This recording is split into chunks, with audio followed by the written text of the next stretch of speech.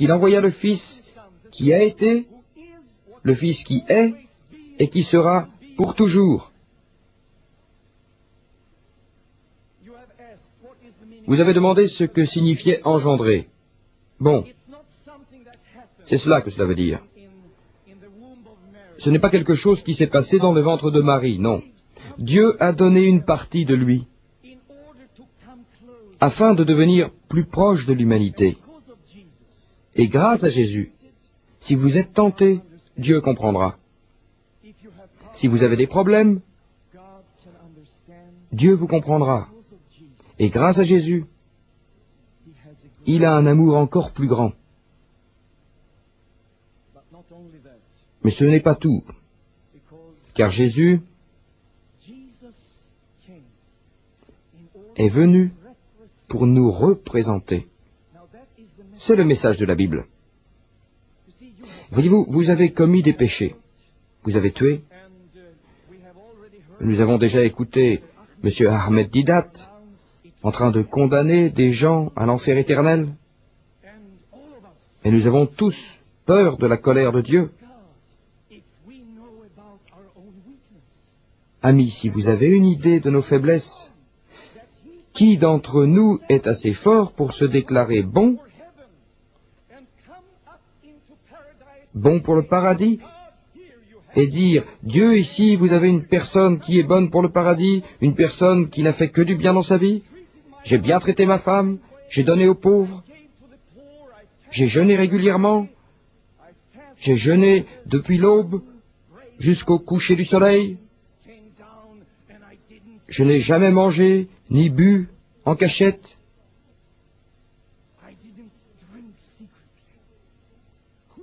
Qui peut dire cela? Car j'ai vécu dans différentes parties du monde. Je me connais moi-même. Et je connais les gens. Personne d'entre nous n'est qualifié. Nous avons besoin de la grâce de Dieu. Mais voyez-vous, Dieu n'est pas le seul en scène. Il y a le diable. Et le diable est décrit dans la Bible comme le plaignant. Et le diable a un pouvoir immense. Vous pouvez voir combien de mal le diable est capable de faire dans notre monde. Dieu veut la paix, mais le diable veut la destruction. Dieu vous veut du bonheur dans votre vie, mais il y a toujours des conflits, et peut-être même des situations déprimantes, occasionnées par le diable. Mais voyez-vous, Jésus peut représenter le genre humain parce qu'il nous a créés, parce qu'il mourut sur la croix, qu'il effaça tous nos péchés, et qu'il est mort. Mais là est le problème. Je sais, M. Didat, qu'il est en train de dire, « Oh, ces chrétiens, comment peuvent-ils croire que Dieu est mort? Quel genre de Dieu est-il pour mourir ?» Bon. Vous, étant des musulmans, vous ne comprenez pas ce que c'est que de mourir. Je vous prie de m'excuser. Maintenant, je sais que je vous provoque.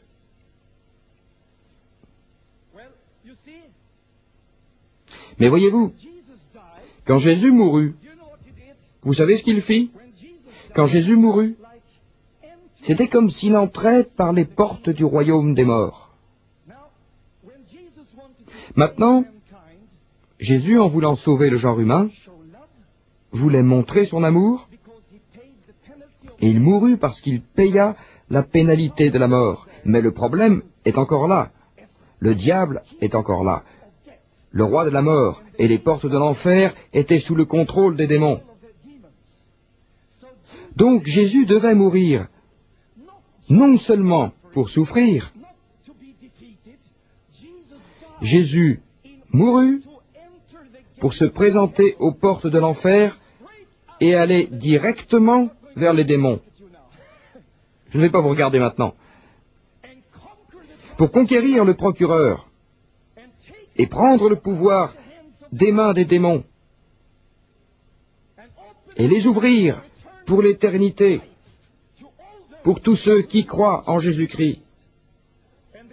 Ainsi, seront-ils sauvés de l'enfer, et le paradis leur est assuré. C'est le message de Jésus. Et je vous mets au défi.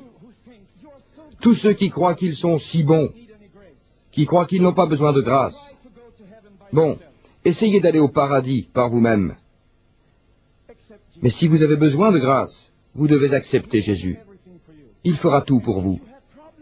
Si vous avez des problèmes dans votre famille, de la méchanceté dans votre entourage, quelqu'un qui vous trompe, qui vous crée des problèmes, des difficultés, et vous ne pouvez pas vous en sortir, pourquoi ne demandez-vous pas à Jésus? Il est compréhensif, capable. Cela ne vous coûtera rien. Vous n'avez qu'à prier. Essayez. Découvrez-le vous-même.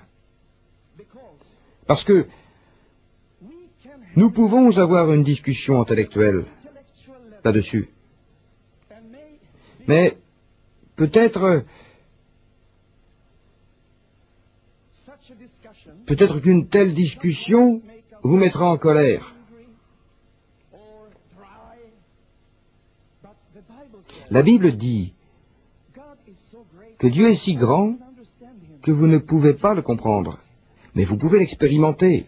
Oui. Maintenant, j'ai plein d'autres choses à vous dire.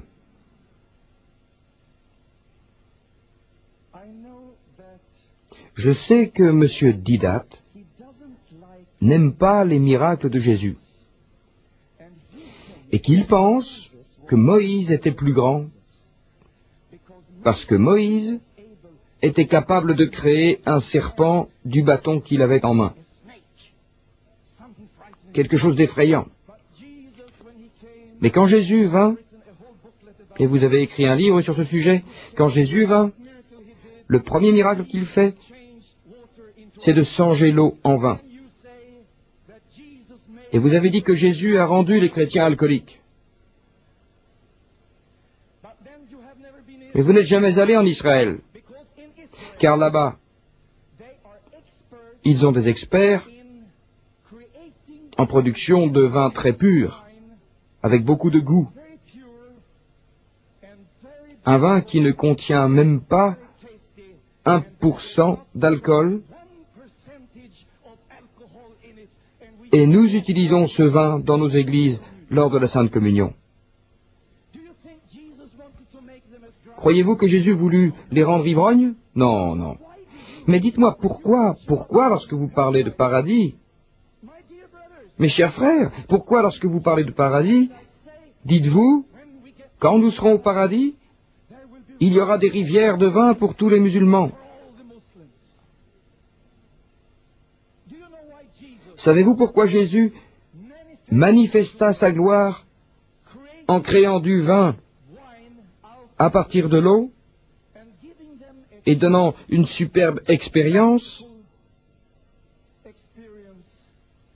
à ce mariage-là?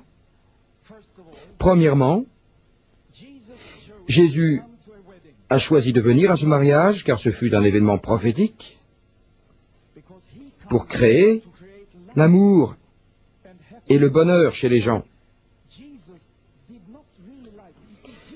Jésus n'aimait vraiment pas, voyez-vous, Jésus était plus grand que Moïse.